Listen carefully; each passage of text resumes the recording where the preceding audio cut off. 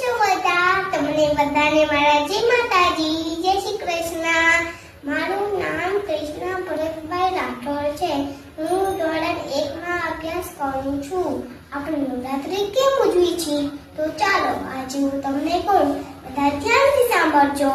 પ્રાચીન સમયમાં એક મહિષાસુર નામનો રાક્ષસ હતો.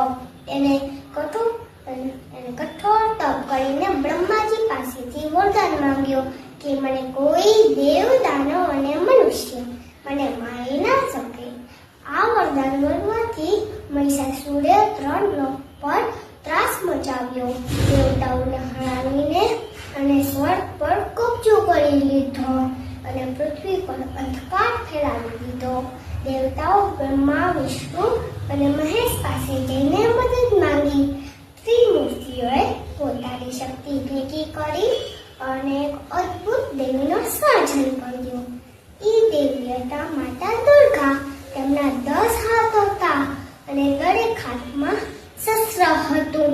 સિંહ ઉપર સવાર થઈને માતા દુર્ગા અને મહિષાસુર વચ્ચે યુદ્ધ શરૂ થયું.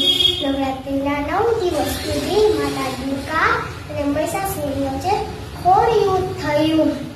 ક્યારેક મહિષાસુર ભેંસનો રૂપ ધારણ કરતો અને ક્યારેક સિંહનો રૂપ ધારણ કરતો અને ક્યારેક હાથીનો રૂપ ધારણ કરતો અને રૂપ ધારણ કરતા લડતા.